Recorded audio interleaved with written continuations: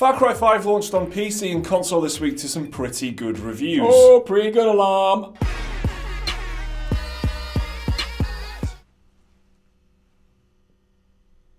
Right.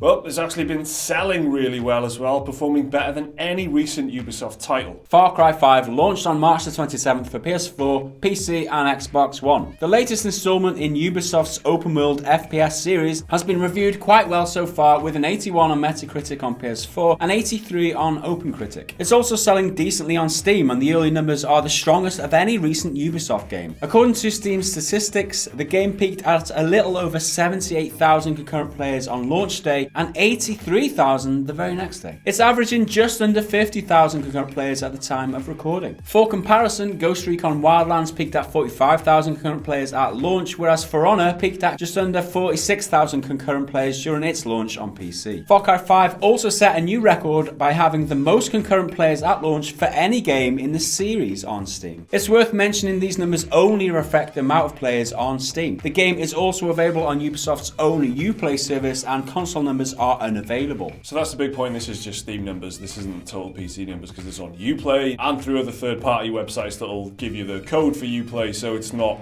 it's not total figures, but it just gives you an idea of how it's doing, and it's really well. It's doing better than the recent Ubisoft games, and judging on Ubisoft's recent performance, that will only get better over time, because that's how Ubisoft has been doing business recently. They've been supporting things post-launch, and things have been improving from launch rather than falling off, which is just good. I think they got the the branding or the messaging right in this game. It seems to have connected with a lot of people. There's a bit of controversy surrounding what is actually in the game and the setting. It's been criticised from some reviewers who are unhappy that it doesn't tackle issues and stuff, and it's actually chosen to satirise them and stuff. But I think they've got the open world thing right, haven't they?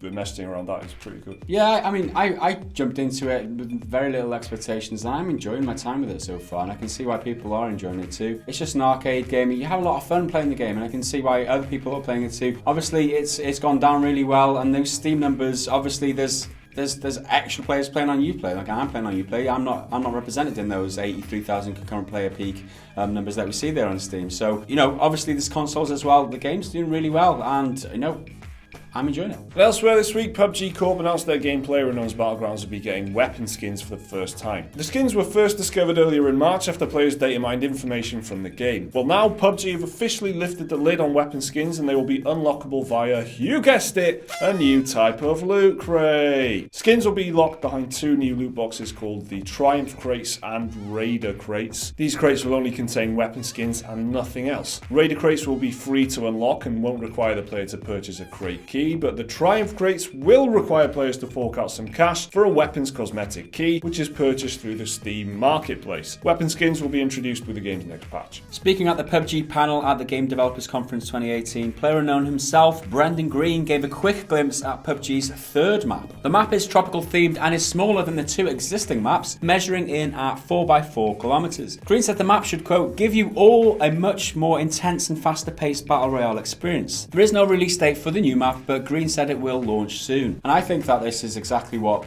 Battlegrounds needs for me, a bit of variety, a bit of difference. So this map is 1/4 of the size, it measures 4x4, whereas the others are 8x8, I believe. It's a lot smaller. It is a lot smaller. So if you're cramming all those 100 players into that space, same amount of players, a lot less space. So like he says, it's going to give you more intense and a faster paced experience, which some people want from a lot of PUBG is just scrounging, trying to find stuff, trying to equip up like 80%, maybe even 90% of it, and then so the periods when you're in combat, in action, are very few and far between. Sometimes you might go the whole round and just the first person you see kills you, that's it, that's for another half an hour later until you get refreshed again. So I don't know, I think this might even tempt me to jump back into playing it, because it's the kind of thing I've said that it needed for a good while. And much to the woes of PC players, they never got to play Rockstar's classic Western Red Dead Redemption on their preferred gaming platform. Well, now they've come closer than ever before because of, It's a PS3 emulator. In a recent update, PS3 Emulator RPC-S3 saw some huge improvements to the accuracy in PS3 emulation, most noticeably the lighting and shadows, which gives a major bump in quality to Red Dead Redemption. And it's not just Red Dead that gets a noticeable improvement. Games like Uncharted, Silent Hill and Skate 3 are also improved, but they are still quite a long way off from being 100% playable. So with those improvements to RPC-S3, it's another step closer to getting Red Dead Redemption playable on the PC,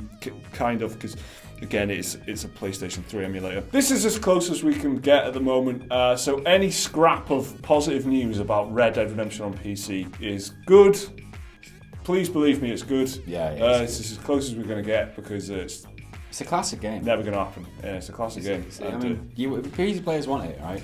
No news on the sequel coming to PC. We'll take anything we can get at this point on mouse and keyboard. We'll take anything we can get. It's one of the great injustices in gaming. Elsewhere in the headlines, Level 5, the developer behind games like Dark Cloud on Ni no Kuni, recently dropped some big hints about their next game. During an interview with 4gamer.net, Level 5 head Akira Hino teased the studio's next big game as being like an MMORPG in scale with a modern day setting. Hino said, quote, "We do have an idea, I'm not sure if we can call it an MMORPG or not, but we're planning to make a big title on the same scale as one." Hino also said the game won't be released this year, but it will be announced this year to celebrate the studio's 20th anniversary. So Jake and Liam in the office, they're both having a blast playing Ni no Kuni 2. They've actually done an impressions video on it, which will be on the channel. You can check that out to tell you more about it. Too precious for this world. I think that was direct quote.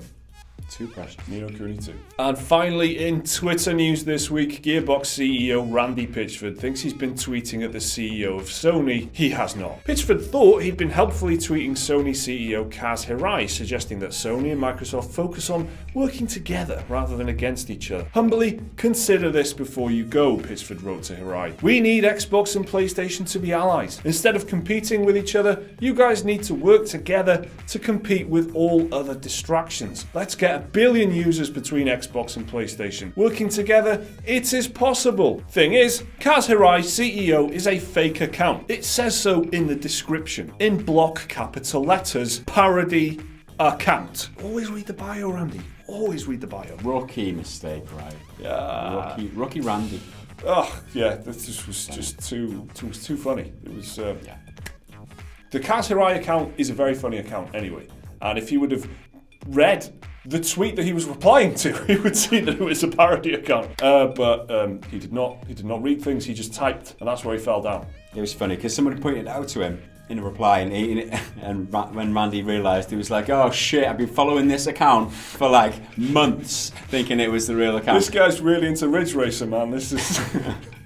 And it's funny, he's not the only one who's been duped by this as well. I remember not so long ago, I think it was the thing with Blake Jorgensen and EA taking a swipe at single-player narrative games. Nobody wants them anymore. And this fake account says, we at Sony were committed to single-player games. And then like Kotaku, Polygon all released their articles. Oh yeah, Sony CEO swiping at EA. That was fun too. The Kaz Hirai account is a true wonder of Twitter, and it's actually closing. It's got a Just Giving page and everything. It's raising money for charity and stuff, but it's going to close this summer. I think it's June. So if you've not seen it before, check it out, scroll through. There's some really funny stuff in there. And yeah, it's a fake account. It's a parody account. Just read the description and you'll be fine.